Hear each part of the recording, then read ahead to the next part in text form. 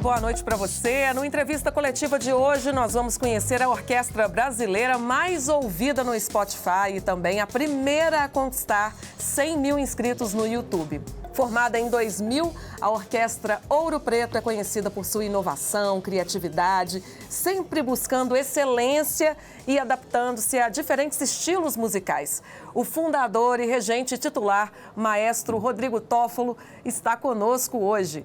Também está aqui com a gente o comentarista de política, Orion Teixeira, e o diretor de jornalismo da Band Minas, Murilo Rocha, que vão participar com a gente desse bate-papo. Maestro, muito obrigada por aceitar nosso convite. Eu vou começar trazendo aqui, pedindo para que o senhor traga aqui para a gente a história da orquestra, que está completando aí quase 25 anos. Pois 25 anos de Orquestra Ouro Preto. Ora, nós nascemos em Ouro Preto, aqui em Minas Gerais, no interior. E nasceu junto com a minha família, meu pai e minha mãe, nós somos 5 irmãos. E a música sempre esteve muito presente na minha casa, que veio do meu avô também italiano. E a lembrança mais antiga que eu tenho são dos discos de ópera, que meu pai me mostrava, que meu avô ouvia as óperas. E as novas gerações não vão entender muito bem não, mas ele anotava nas bolachas do meio as impressões dele sobre cada lado do disco. Então ele escrevia maravilhoso, aí do outro lado resplandecente. Então a música é algo muito forte na minha família. Nós montamos essa orquestra como projeto, não sozinhos, mas com várias pessoas que nos ajudaram durante esse tempo todo. E é muito bonito ver esse grupo chegar a 25 anos de histórias, ininterruptas desde 2000.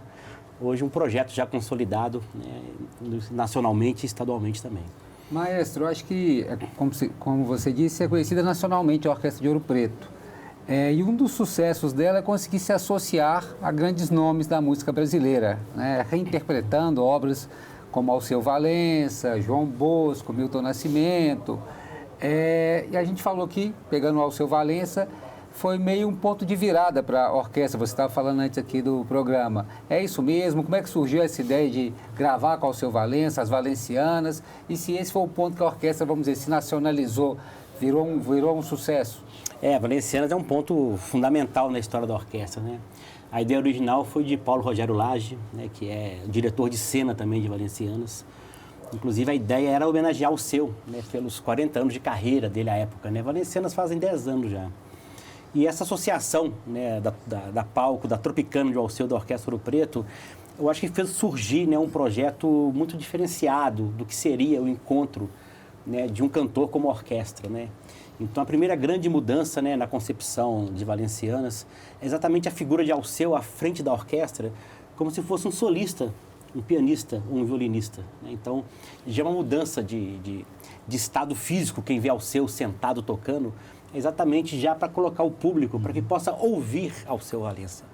Então, Alceu é um poeta nato, um conhecedor do Brasil profundo, e essa concepção dessa cena do Paulo, eu acho que trouxe uma diferença enorme para o que é Valencianas, Junto a isso, a obra de Alceu, e os arranjos de Mateus Freire. Então, eu acho que a concepção de Valencianas, onde a orquestra é a mola propulsora da música de Alceu, eu acho que gerou essa curiosidade, gerou essa empatia e esse encantamento que Valencianas tem. E ele se encantou também, Ele gosta muito do projeto. Também teve um segundo volume gravado há pouco tempo agora na Casa da Música, lá no Porto, em Portugal, Então, Alceu hoje, hoje já é amigo, já é de casa, já é aquela pessoa que, de vez em quando é meu aniversário, aí eu dou play no WhatsApp, é o Alceu cantando parabéns para você, para mim.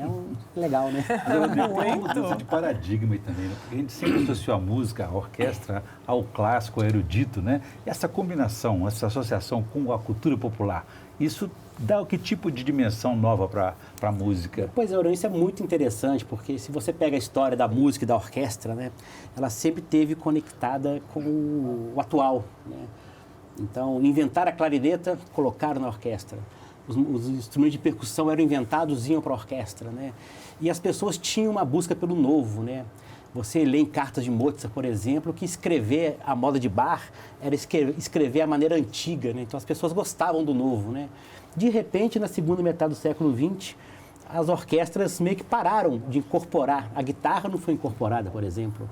O baixo elétrico não foi incorporado. E as orquestras se viraram, no meu modo de ver, radicalmente para ser guardiães de um produto e de um passado, que é um passado especial, um passado muito rico da música instrumental. E poucas orquestras se preocuparam em olhar para frente, né? Então, assim, associações com Alceu Valença, ou com João Bosco, ou com Milton Nascimento, eu acho que dão a visão do público, né, que a orquestra ela pode, sim, ser uma guardiã do patrimônio do passado, que é fundamental. Eu acho que... Eu estava agora num concerto, né, estou com essa roupa, para quase 800 crianças das escolas e falando com eles, olha, tem nomes que vocês têm que saber, Mozart. Você até pode achar que... Mas é um nome que você não pode desconhecer, né? Bach, né, ou Van Gogh, né, são nomes Shakespeare. Você tem que saber que tem coisa boa por aí. Então, eu acho que esse patrimônio do passado ele é muito importante, mas a orquestra tem também que olhar para o futuro, sabe? E eu acho que teve essa parada na segunda metade do século XX, não sei bem porquê, mas as orquestras perderam um pouco esse olhar para o futuro, de ser a vanguarda, como elas sempre foram. Então, a música popular da época estava nas orquestras, né? Era o que as pessoas ouviam. Então, eu acho que quando a gente faz um projeto como Valencianas, você leva para o público conhecer uma orquestra. E aí que vem o efeito mais interessante que eu acho que a Orquestra Ouro Preto conseguiu fazer. Quando eles vêm ao Alceu Valença e você lança um disco de Vivaldi, o cara fala, nossa, é tão legal essa orquestra aqui, deixa eu ver como é que ela toca Vivaldi. E aí, meu caro, você vai se apaixonar pela música de Vivaldi, porque ela está aí esse tempo todo, não é à toa, porque ela é gostosa de ouvir, ela só merece ser ouvida. Então, eu acho que essa mudança de concepção fez com que a Orquestra Ouro Preto pudesse ser um grupo que tivesse um público muito grande, né? Hoje, a nossa Spotify é mais de 100 mil pessoas. Se você clicar agora, você até pode me falar quantas mil pessoas estão agora ouvindo a Orquestra Ouro Preto mensalmente, né? Passa de 100 mil, né? Para uma orquestra é um número muito grande, né? Você imagina.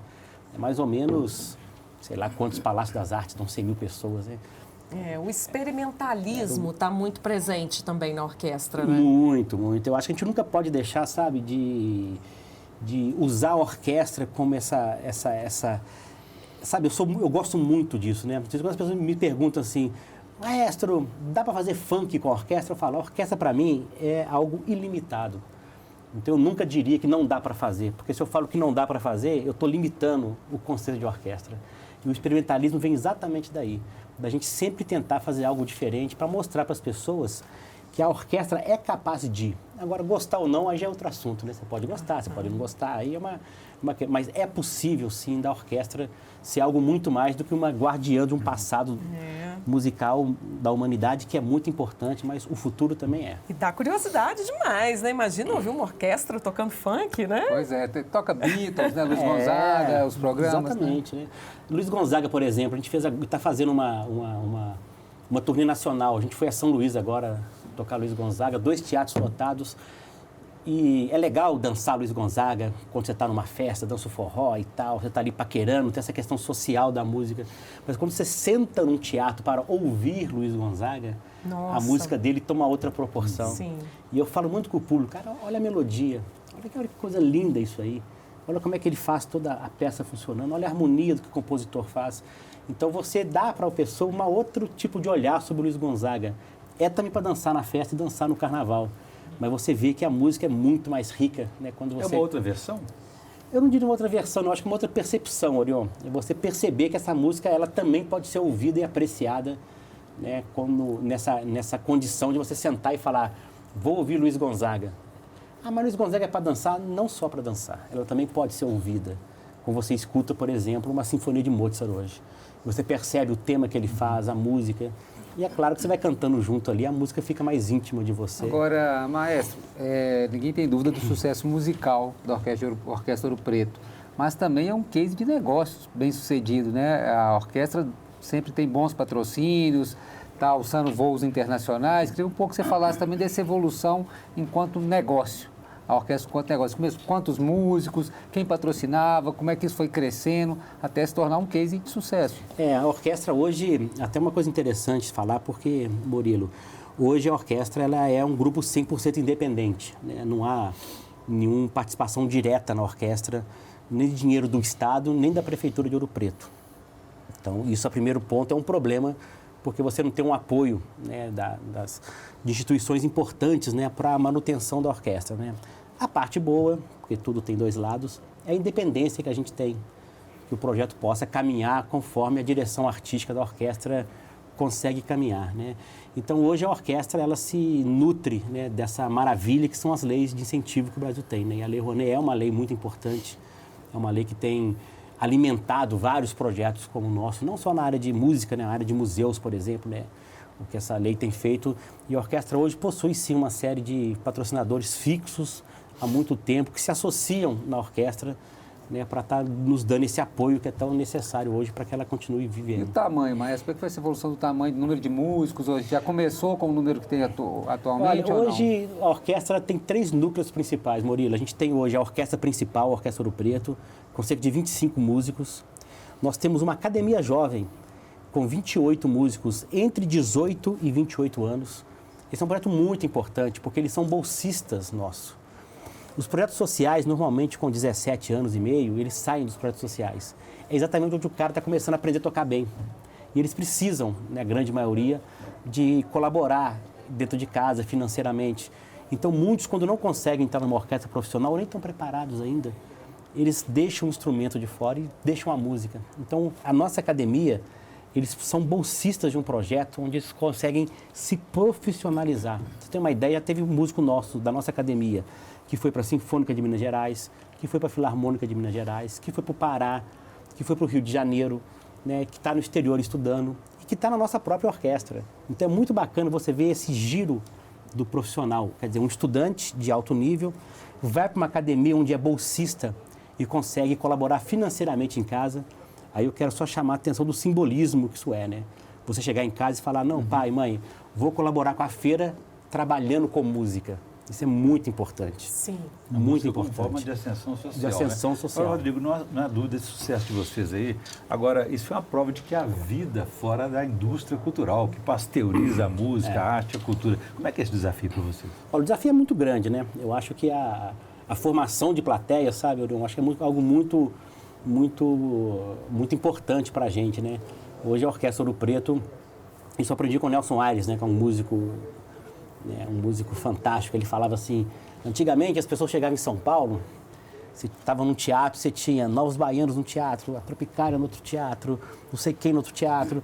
Então havia uma briga, entre aspas, pelo público, né? Hoje em dia, né, a gente tem que tomar muito cuidado, porque a formação de plateia é a grande carta que uma orquestra, qualquer grupo tem na mão, né? Muito mais do que a briga, entre aspas, pelo patrocínio, é pela plateia. Porque quando você forma uma plateia grande, você começa a furar essas bolhas e começa a ter uma rede de apoio muito grande, né? E você vai em locais, em teatros, sempre cheios de pessoas, né? E aí, quando você vai conversar, porque também é um negócio, né? E como negócio, os números são importantes.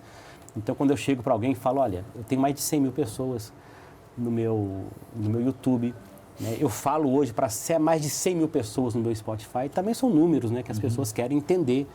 Isso tudo faz parte hoje de uma nova maneira de conversar, né? Eu acho que a cultura também não está muito fora disso, não. A gente tem que estar nesse contexto, né? E eu sou um cara muito adepto à formação de plateia. E quem que é esse público? Quem que é essa plateia da Orquestra de Ouro Preto? Ela é diferente, por exemplo, da plateia da Orquestra Filarmônica de Minas Gerais? Olha, eu acho que são complementares, sabia, Murilo? Eu vejo projetos muito complementares, né? Eu acho que tem pessoas que estão conosco, que estão no Palácio das Artes, estão na Sala Minas Gerais. Tem pessoas que vão na Orquestra Ouro Preto, primeiro porque a gente está fazendo Beatles, porque a gente está fazendo Alceu Valença, o João Bosco, e depois vê que a orquestra é uma coisa bacana, que o teatro é uma coisa legal de ir. Então, essa formação de plateia, eu acho que é algo que perpassa todos os grupos culturais, né? Então, acho que esse mesmo público está na Sala Minas Gerais, ou está lá no Horto vendo o Galpão, ou vai ver o Grupo Corpo dançar. Então, eu acho que perpassa muito isso pelo prazer de você consumir a arte fora do telefone, por exemplo. Nessa plateia, Rodrigo, é importante o repertório. É você Sim. que decide esse repertório, porque a indústria cultural pode chegar a você, olha, Rodrigo, toca mais sertanejo e toca funk que vai ter mais sucesso. É assim, eu tenho muita sorte, porque após esses 25 anos da Orquestra Ouro Preto, né, muitos dos produtos... tem gente que não gosta desse nome, mas eu ainda... É porque é um produto no sentido que ele tem que ser visto de diversas formas, né? E a forma de negociar também é importante. A gente desenvolve esses projetos da Orquestra Ouro Preto e algumas empresas que conversam comigo, eu sempre falo, cara, confia em mim que vai dar certo. Mas, Rodrigo, não é possível. Não é. Então, a gente hoje consegue ter aquela a benevolência de ver o que vai acontecer. Mas no passado realmente era mais complicado. Um patrocinador importante da orquestra uma vez, eu falei, cara, eu vou fazer um concerto com o repertório Beatles, a gente vai lotar o seu teatro e as pessoas todas da sua empresa vão lá ver. E ele falou comigo assim, vamos ver, se esse daí der certo, a gente faz um segundo, né? Eu estou indo para 6 anos já de parceria. Então, de vez em quando, a gente precisa também, sabe, Orion, não só usar, mas também acreditar naquilo que a gente fala, né? Eu acredito muito no público, sabe? Ele, quando senta, né, e vê uma orquestra tocando, né? É algo mágico você ver a música sendo feita, é muito rico, porque eu sou, né, eu tenho problemas com tecnologia e tal, mas na pandemia, por exemplo, né, o cinema, cara, o cinema é algo que é insubstituível. Não tem como você estar na sua casa, numa televisão ou numa sala de cinema. Eu acho que a música ao vivo, ela também é insubstituível, né? Você está numa sala, ouvindo uma boa orquestra, o que você vê, o que você escuta ali, nunca vai ser igual do melhor fone que você tiver. Inclusive, eu assisti uma experiência de cinema e música com a Orquestra Ouro Preto, lá em Ouro Preto. Vocês passaram um filme do Chaplin, mas musicado, né? É muito legal, muito legal. Você vê no filme com a orquestra do lado. A orquestra tocando. Musicando o filme, assim. Foi uma experiência muito legal. Na praça ainda, assim, e muita gente. Foi muito bacana, porque conversando com o Rodolfo, a Mara Marina, meus irmãos, né? A gente falando sobre Chaplin, porque meu pai colocava a gente para ver Chaplin em casa. Né? Ainda teve uma... E eu lembro que eu fiz um teste, né? Eu tenho uma filha de 11 e uma sobrinha de 12, né? E na época, uma tinha 8 e a outra tinha 7. E eu botei para a gente poder ver o circo juntos. Eu até testei antes disso. É incrível, você vê uma geração que faz tudo no WhatsApp, no celular, coisa que eu nem eu sei fazer. E aí foi a única pergunta que elas me fizeram, Murilo, foi o seguinte, pai, o que está escrito na legenda? E eu falava assim, na manhã seguinte, e na manhã seguinte serve para tudo, né? É uma coisa tão genial do Chaplin. E de repente você vê, né, o garoto, enquanto isso, tempos modernos, você vê uma geração de 9, 10 anos vendo Chaplin, rindo com algo preto e branco, devagar, né? Mas com a música enchendo ali também. Com a música enchendo. Então, sabe, essa coisa de acreditar, sabe? Você tem que acreditar que esses grandes clássicos têm algo muito maior em torno deles, sabe? E não estão aí à toa, né? Com certeza. E muita gente em casa deve estar com vontade de saber qual é a agenda agora da orquestra, né? Ouro Preto, mas a gente vai deixar para depois do intervalo, viu, gente? Até já.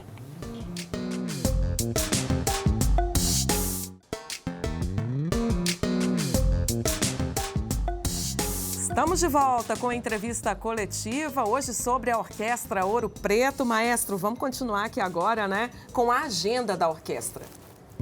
Pois é, até o fim do ano tem muita coisa para acontecer, né? Esse mês de setembro, fim de mês de setembro, a orquestra... Nós vamos estar em Salvador gravando, por exemplo, no fim de setembro. Nós estamos com um projeto junto com o Carlinhos Brown de criar uma afrosinfonicidade, até uma definição dele.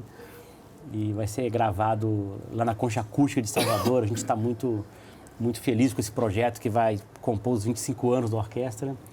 E eu acho que a gente vai estar de volta em Belo Horizonte com uma grande estreia, né, que é de Hilda Furacão, que é a segunda ópera brasileira que a gente está fazendo. A primeira foi o Alto da Compadecida, né?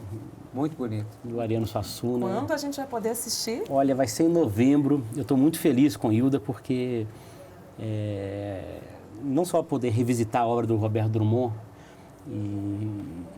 e trazer de novo essa temática, né, o sucesso da televisão e tudo mais, mas eu acho que é atrair esse público, né, para uma ópera brasileira, né, que eu acho que é um tema bacana, que as pessoas vão gostar de ver, e poder também iniciar essas pessoas no mundo da ópera, que é a arte máxima, né? A ópera tem música, tem dança, tem teatro, a cenografia, o visagismo.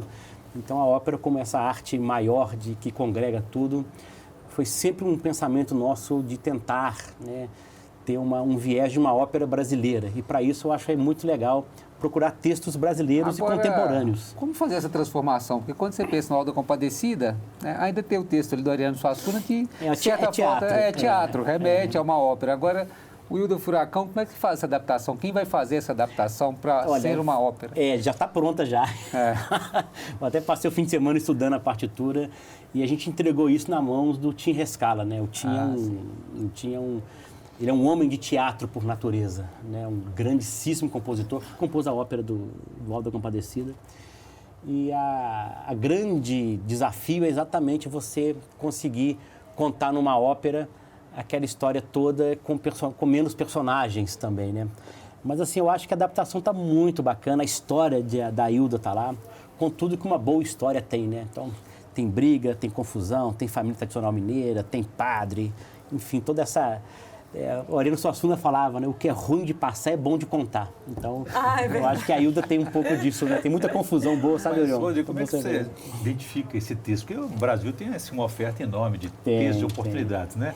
No passado, o idioma mãe, né, das óperas era italiano e alemão, enfim. Como é que consegue abrasileirar isso? Pois é muito curioso isso, porque eu acho que o alto, quando a gente começou a fazer o alto, eu fiquei muito preocupado como é que as pessoas iriam identificar o João Grilo cantando, né, como cantor de ópera cantando impostado, né? E aí, quando a gente começou os ensaios, né, eu acho que a história é tão incrível, né, e a maneira como o alto foi concebido é tão bacana. Isso, na minha opinião, até passa a ser secundário. Você até pode começar estranhando, mas daqui a pouco você já está dentro da história. O Ariano te puxa para aquela história. E eu acho que assistir uma ópera, né, tem até legenda, até uma coisa curiosa, porque é importante você ter a legenda para acompanhar direito o que as pessoas estão cantando. Porque eu acho que o ouvido nosso também, ele é pouco educado a você perceber a própria língua nossa quando cantada de forma impostada, né? E isso, na minha opinião, é só questão de costume. Porque se canta-se em italiano, Tchaikovsky fez ópera em russo, canta-se em inglês, por que não em português? Então, acho só uma questão da gente ter as próximas gerações de músicos que vão crescer ouvindo óperas cantadas em português, já vão desenvolver, eu acho, uma audição um pouco mais tranquila. E vai ser menos estranho, né, você perceber a nossa língua cantada, né? Então, eu acho que é um pouco por aí mesmo. E a figura do maestro, né? Ela é uma figura, assim, que ela ocupa um lugar no imaginário, né, das pessoas, daquela figura excêntrica, genial também, né? Uma figura um pouco difícil, inacessível, às vezes bravo. Como é que você se encontra nesse lugar, maestro? Qual a importância desse papel, né? Eu acho que essa figura do maestro também mudou muito, né? No passado você tinha essas... Isso fazia parte até de um marketing pessoal, né? Sim. De vez em quando eu vejo no Instagram, né, os vídeos do Karajan, por exemplo, regendo Berlim, né? Aquela coisa, coisa sisuda e tal. Mas eu acho que essa mudança, que também tinha muita coisa de venda mercadológica, né? Você comprava não só aquele som, mas também essa coisa...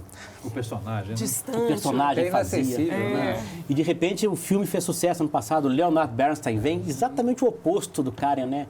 É o maestro que ria, que se divertia, né? Então, aí ele vai para Viena, né? Fica Bernstein em Viena, Karajan em Berlim, né? Quer dizer, isso tudo é uma questão também, no fundo, mercadológica importante também. Mas dois gênios da música.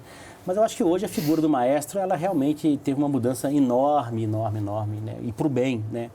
Hoje eu acho que o maestro nada mais é do que um elo, né? Que liga essas ideias, é o elo que faz com que a orquestra possa tocar junto, né? Você tem muita gente tocando, muita gente que pensa diferente.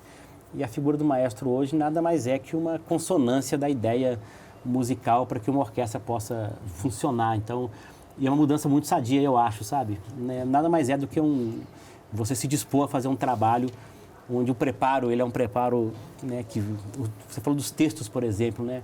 Quanto mais coisa eu leio, quanto mais livros eu leio, isso aqui dá uma boa ópera, né? Então, normalmente não é música que eu estou fazendo ali, né? Eu estou lendo romances, mas se você lê romance, leio, porque eu vou separando ali, tem uma coleção boa, tá? De 3 ou 4 óperas que vão vir aí, que você lê e fala, cara, isso dá uma ópera. Então, eu acho que o maestro hoje em dia é exatamente isso, né? É uma figura que vai congregar toda uma...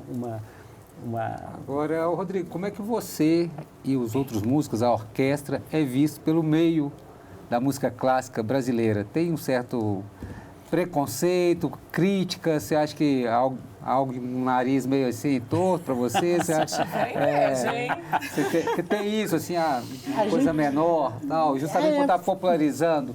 Você acha que você já sentiu isso, já sofreu isso? Olha, eu vou ser bastante sincero com vocês aqui. Né, diretamente, né, diretamente a Orquestra Ouro Preto, a minha pessoa, eu nunca tive nenhum problema. Eu sempre tive dos meus pares, até o contrário, né? Eu tive sempre um respeito muito grande pelo trabalho da Orquestra Ouro Preto e um respeito muito grande pelo que a gente faz, porque o grande segredo nosso, né, isso aí o Ru Ferreira nos ensinou, né? A questão da música ser erudita ou ser popular, isso é besteira. Ela tem que ser bem feita e bem tocada. A música bem tocada.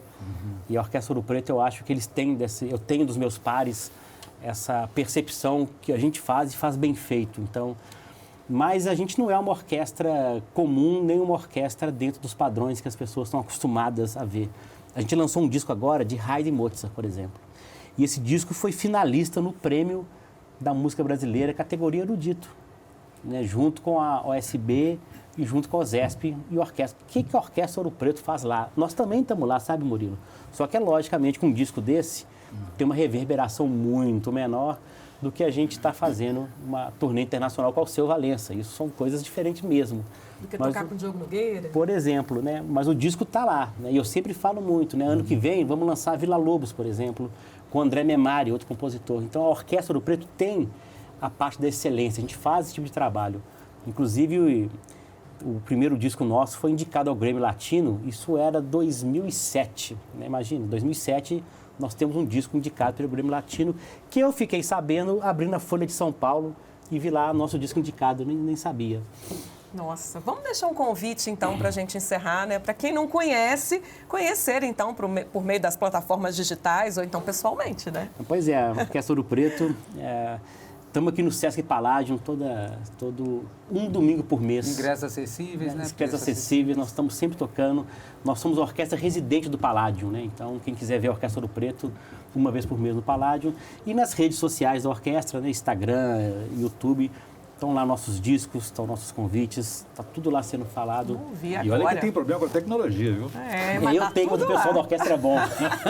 Obrigada, maestro. Foi um prazer. Obrigado, com gente. certeza, quem não conhece vai conhecer a partir de agora, né? Para você aí de casa também, obrigada pela audiência, uma ótima noite e até sábado que vem.